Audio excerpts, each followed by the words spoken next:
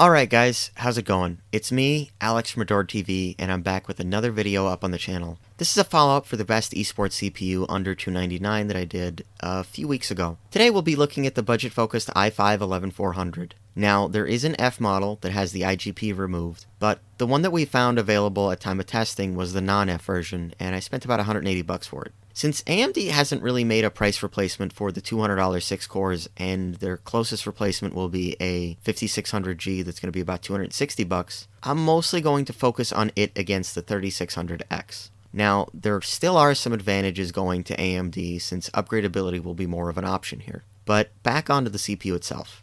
This i5-11400 is a 6-core 12-threaded part that has a TDP of 65 watts and a base clock of 2.6 GHz and a 4.4 GHz boost. It is based on Intel's Rocket Lake architecture and is once again a 14nm part. However, it was originally designed in mind to be used on 10nm. Intel decided to backport it to 14nm sometime during the development, which has led to some issues, the most of which being slightly worse performance in certain types of games, as well as being very power hungry and running pretty hot. But before that, let's take a word from our sponsor.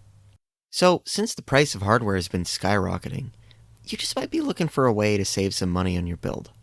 Our sponsor today, cdkeyoffers.com, has a way to solve that. You can use code ADORE, A-D-O-R-E, to pick up a Windows 10 key, or some of the other products they sell, like game keys and Microsoft Office. After you order the key, give it a bit and it'll be delivered almost instantly. Finally, that pesky Windows is not activated watermark is gone, and voila, you can put on whatever wallpaper you want. Just make sure you copy and paste the code. Give it a minute or so to activate the key, and once it's done, you should be good to go. That's, again, our sponsor today, cdkeyoffers.com. Remember, if you want to save 20%, use code ADORE, A-D-O-R-E. So, jumping back in, power draw and temps, though, shouldn't be too much of a problem here, since this is a locked part with a rather low TDP. And in all intents purposes, we're using the same setup as in previous videos with one exception here. I'm using a DeepCool AS500 CPU cooler. This is mostly to illustrate that I advise against using the stock cooler, especially if planning on using a Z590 motherboard or a B560 that allows you to jump up on that power budget. Also, you don't need to break the bank, as this cooler is about $50, compared to over twice that for the AIO solution that I used on other CPUs. And it did a pretty fantastic job of keeping the CPU cool, even running in the 95 watt mode on the Z590 board I was provided, or turning the power up all the way. Okay, so let's dive into the rest of the test bench. The motherboard used for this test is an ASRock Z590 Extreme 6 Wi-Fi E. The memory used is 16 gigs of 4000 MHz G.Skill Royal, that's CL16. And finally, for the GPU, we're using a MSI Ventus 3070. If you'd like to know what the other test systems are using, feel free to watch the previous video here. Okay, so now let's jump into the games. We're testing a handful of competitive or esports games, as in the previous videos.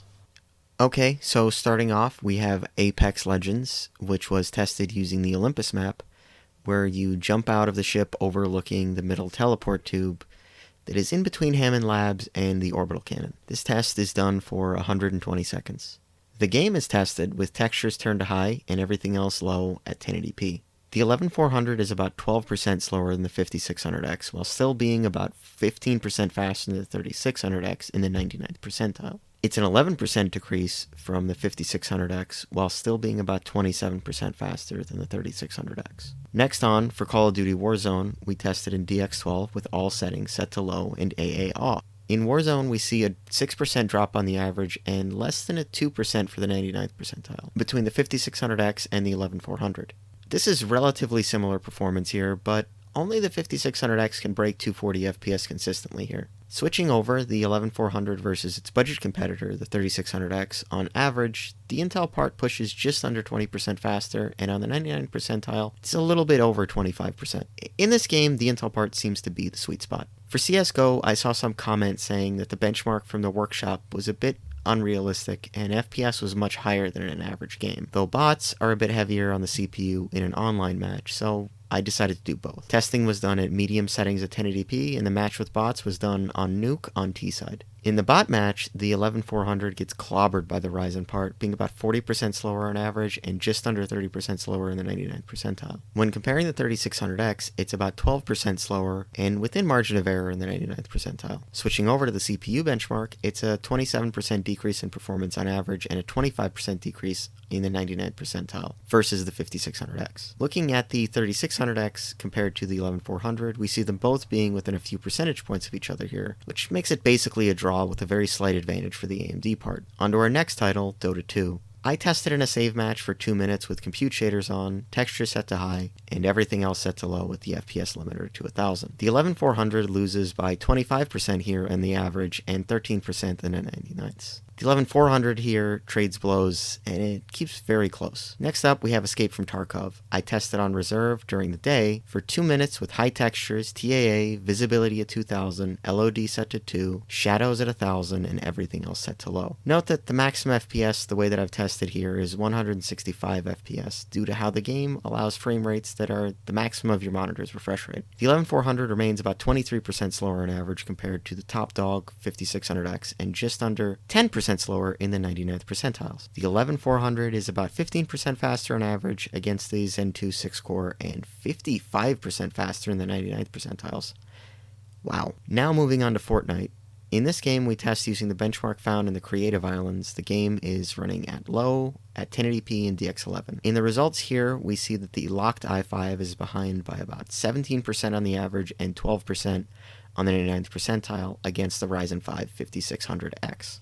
And comparing it to the Ryzen 5 3500X, we see a rather significant 34% increase on the average and a 21% jump, which is one of the bigger jumps here. Okay, now to League of Legends, which is probably one of the most popular games today. I tested at 1080p on low settings with the FPS to a limit of 400, which is the highest I get it capped to for some reason. I tested a replay during one of the most intensive fights in the match over a 2-minute period. The i5 again trails the 5th gen Ryzen part, this time by 32% average and 52% on the 99th percentile. This is one of the largest gaps and is one of the few times you'll see the 99th percentiles have a much larger gap over the average. As for the 3600X being matched up against it, the 11400 is about 10% faster on average and about 3% faster in the 99th percentile. Overwatch is one of the most popular multiplayer titles today, and it was requested by a bunch of you guys. So today we've tested it over a 2-minute period of a replay from a quick play match as Reinhardt in as chaotic of a situation as I could find. The settings here are all low except for textures, which are at medium, and the FPS is limited to a max of 400 FPS. This time again we see a 25% gap as the 11400 trails versus the 5600X on the average, and a 15% gap in the 99th percentiles, though it did keep itself over 200 FPS most of the time, which was pretty impressive. The 25% gap we saw between the 5600X and 11400 is almost reversed, with the 3rd gen Ryzen part being bested by about 24% by the budget Intel part. There was also an impressive 31% performance boost in the 99th percentiles. Now on to PUBG, which was tested at high textures in view and everything else set to low. It was tested with a replay in the Pachinki area of Erangel for about 2 minutes. In the sole title that our Ryzen 5600X was bested last time, it once again gets beat by all Intel parts in the lineup, and the 11400 is no exception, sitting in between the 11600K and the 9600K. It was 24% faster than the Ryzen 5600X, getting 185 FPS versus 149 respectively. We see about a 22% jump in the 99th percentiles as well. Moving on in our comparison with the 5600X, the 11400 is 41% faster on average and also about 36% faster in the percentiles. So if you're mostly playing PUBG still, going Intel is generally recommended. Now we're on to testing Rainbow Six Siege, and this is done doing a T-Hunt on Cafe with a 2-minute run as Ash, and it is tested once again at low settings with AA off. And the API used is Vulkan. So the 11400 is about 29% slower compared to the 5th gen 6-core on the average, and it's an almost equal 28% slower in the 99th percentiles.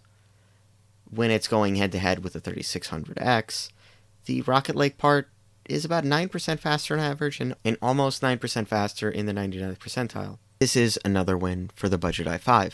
Now nearing the end of our lineup here, we have Starcraft 2. It's tested using the CPU benchmark in the arcade for about 2 minutes once the signal is given to start testing. It's tested at low at 1080p, and this test is just a real grinder and is probably the worst case scenario you'd ever run into. So there is a 31% gap between the i5 and the 5600X, with our Rocket Lake part trailing on the average, and a 21% gap in the 99th percentiles. It's interesting to see, after all these years of Intel dominating performance in this game, that AMD has a part that takes a significant lead. Going again with the 11400 versus the 3600X, we see a 123% increase in performance, which is absolutely absurd, and an equally insane 137% jump over the Ryzen part. If you still play this game and are using an AMD part aside from 5th gen, you are really leaving a lot on the table. Finally, for our last FPS of the day, we have Valorant, which I've decided to test in the bomb planning part of the training grounds. The test is done for about 30 seconds and is tested at 1080p low.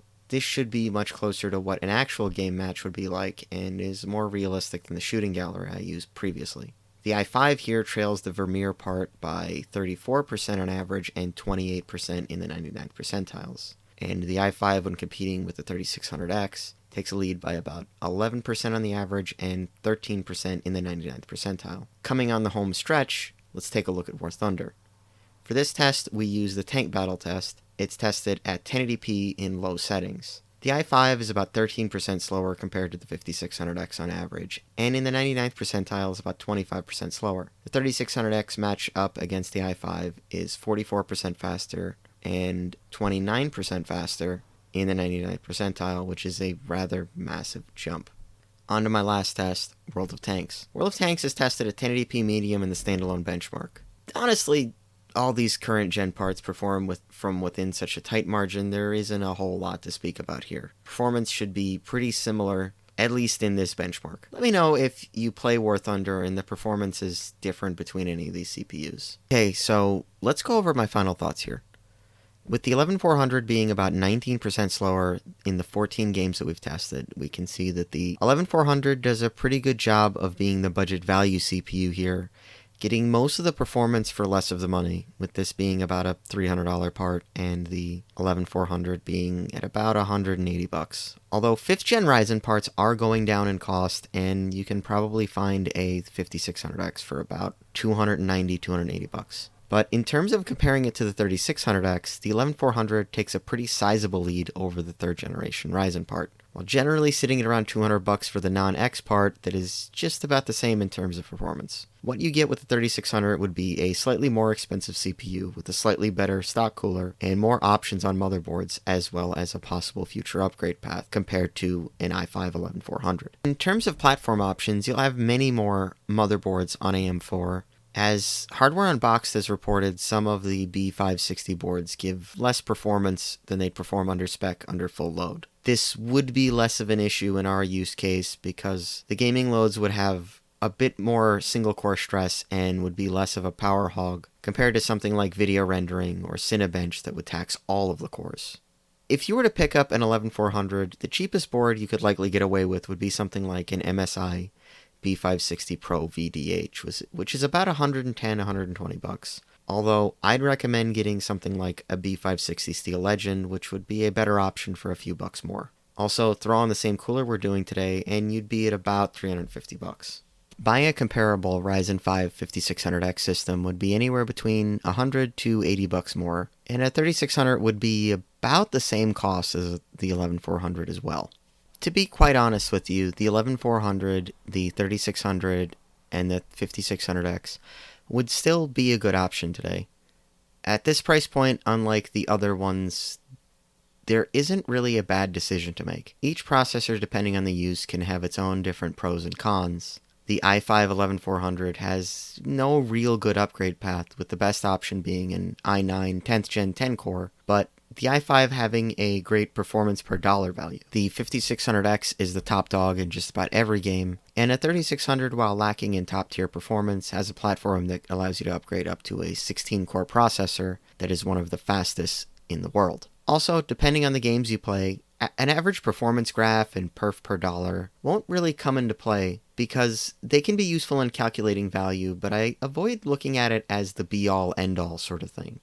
After all, if you only have a 60Hz monitor, even the worst CPU in the lineup, the 1600 is able to keep up with that frame rate, or better in almost all of the titles we've tested. By that same point, an 11400 or any of the other parts we listed, would they really be a better value if the 5600X gives you the performance you really want or need? There's a trend now I see amongst people which tries to min-max performance per dollar. Like for example, a $50 1600 would be a great value. It would make your 240Hz monitor purchase just feel silly. If you mostly play Warzone and PUBG, the Intel parts might be your best options, but if you only play CSGO, League, and Valorant, the Ryzen parts are probably the better option there.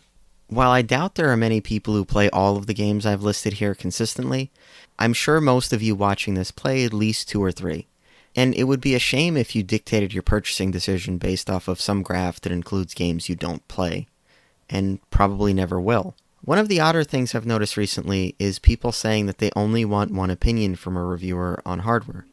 I only read benchmarks from one place isn't really a good idea. Just like between 20 to 60% of our viewers watch people like Moore's Law is Dead, Cortex, Red Gaming Tech, and others who do leaks and analysis type coverage to get more information and perspectives, you too should watch other reviewers on products. I used to watch 3 or 4 YouTubers and read 5 or 6 websites before I'd commit on buying a specific product. Heck, I watched about 12 different monitor reviews before I decided on the monitor that I'm picking up next. Different testing methodology and different hardware and perspectives will yield different results that will help give you a more complete understanding. Now, getting back to the product at hand, the i5-11400 is the best offering on the Intel side of things, as it's within a few percent of the 11600K and should be about $60 to $80 cheaper. If you're the type of person or helping the type of person who won't upgrade their CPU until they do a full rebuild, the i5's lack of solid upgrade path shouldn't be too much of an issue for you. If you're looking to use something as a stopgap, something like the Ryzen 5 3600 might be a good option. The upcoming 5600G also might be a good option as well, or one of those quad-core 3000 series parts depending on how cheaply you can get them. The i5-11400 will likely be an even better value if you're using a lower-end GPU or playing a less CPU-bound game. Something like Cyberpunk or some other AAA titles on high settings would be way more graphics-bound, and it would close this gap. If you want top-tier single-thread performance, the i5 really isn't your choice here. It would be more like the 5600X, as that's the best option here, and is still a fair bit faster than the 3rd-gen Ryzen in multi-threading. With all that said, the 11400 is a solid option that I wouldn't blame anybody for picking it up, at least for esports. Now, if you've been listening this long, I will be trying to push out some more analysis videos in the next few weeks, as I do know this is what brought you guys to subscribe to the channel. Jim has also been working on some other leak videos, but has taken a break for a personal vacation. And as always, feel free to let me know what you think down in the comments. Make sure to like, subscribe, and check out our merch store. Also take a look at the Patreon if you want to hop on our private Discord and give us some feedback, as I always try to put the patrons first. Thanks guys, and have a great week.